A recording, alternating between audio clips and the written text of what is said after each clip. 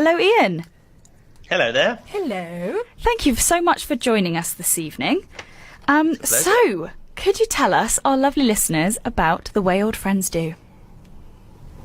Well, the very brief pitch is it's a comedy play about a couple of old school friends who meet up again and are reunited in middle age, and they have the fabulous idea of forming the world's first ever ABBA tribute band, but the twist is that they're going to do it in drag. So all the gender roles are reversed, and we have a male Frida and Agneta and a female Benny and Bjorn.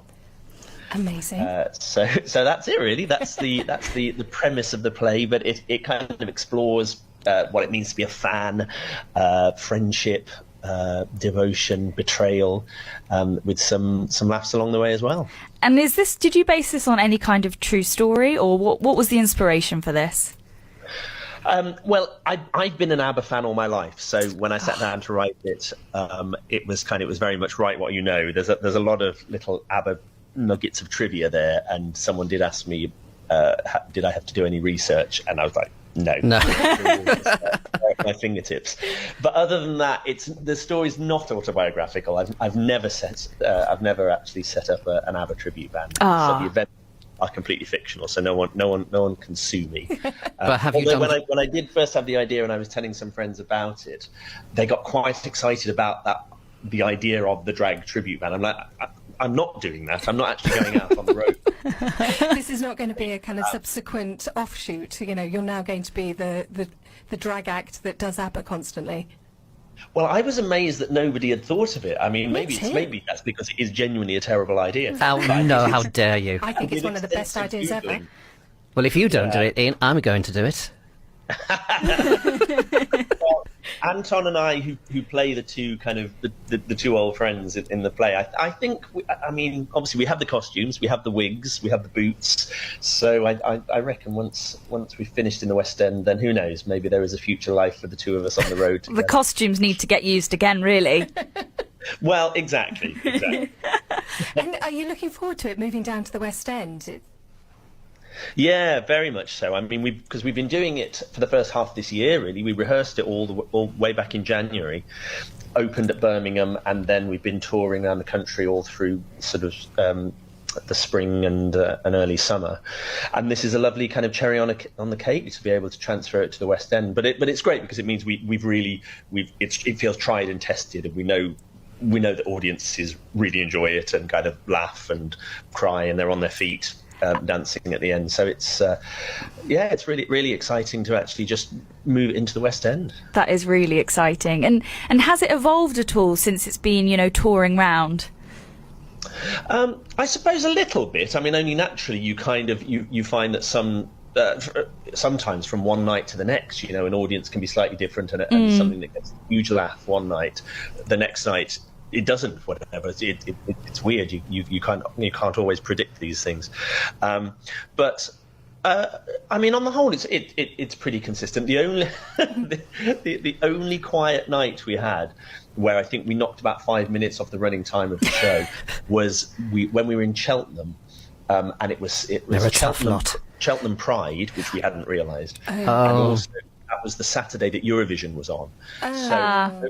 Don't know who was in the audience that night, but I came out and I came out and said, my people are not here. By that I meant you don't say. I meant ABBA fans and the gays. They were all at Gay Pride or watching Eurovision. That's also an oversight on Cheltenham having Gay Pride on Eurovision night.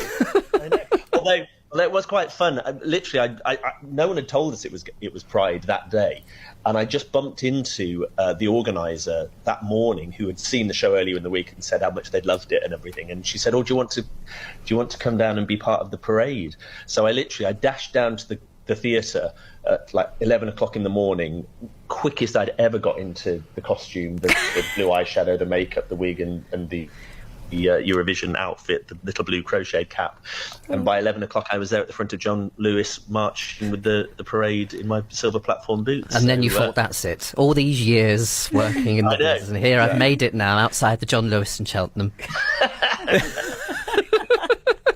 Absolutely. But we also did a photo shoot when we went to Brighton, because that was where they actually won Eurovision in 1974. So created some of the images outside the Brighton Dome and in some of the very locations that ABBA had almost 50 years ago. Wow. Amazing. I really love this idea about, what it means to be a fan. And so what does it mean to you to be a fan of ABBA?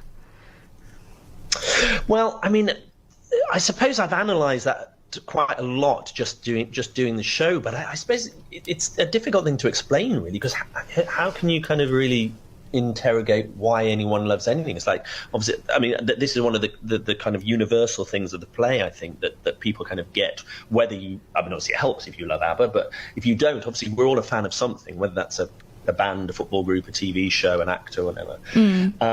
And I think if you start to kind of interrogate it too closely, it all sort of falls apart. But on the face of it, it's obviously that there's a reason why people are still listening to those songs 50 years after they were written. They still sound as brilliant and as fresh as they did all those years ago. The melodies, the harmonies, the women's voices are just spectacular. They've just always they've been a part of my life. I grew up listening to them. My mum was a fan. That's how I first got into them. So it's always been kind of ever present for me. I think it is really interesting, especially with ABBA, how much has evolved from, their music. We've obviously got Mamma Mia, there's Mamma Mia the Party, there's ABBA Voyage, there's The Way Old Friends Do. What's next? Yeah. It's really exciting. I mean, you can't really go wrong if ABBA comes on at a party or anywhere. It's always going to put a smile on someone's face. Now, I saw something as well about you needed some special permission for the finale song. Is that correct?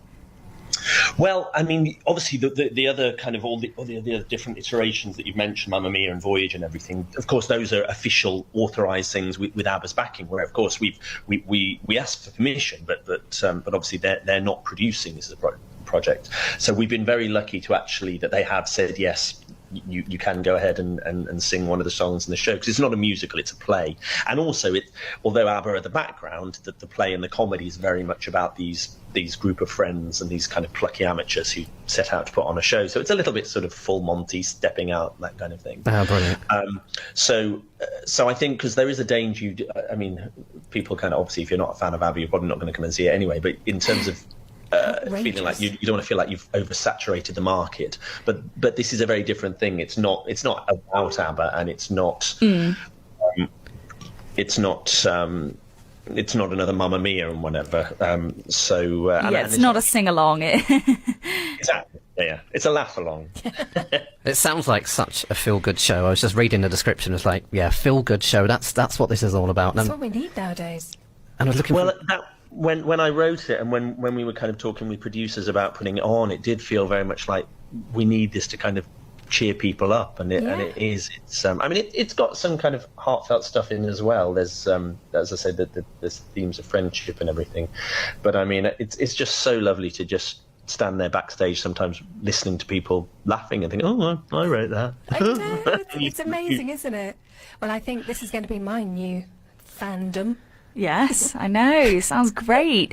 So, which theatre is this going to be on in London, and when's the opening?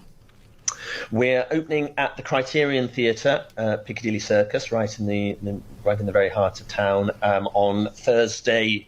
A week on Thursday.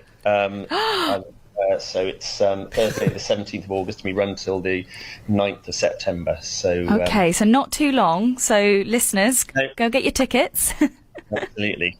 But on all the usual social media platforms, Insta and X, of course, as I guess we must now. Oh yes, of course. Don't. No, it'll always be Twitter. No, I know. I can't see it taking off.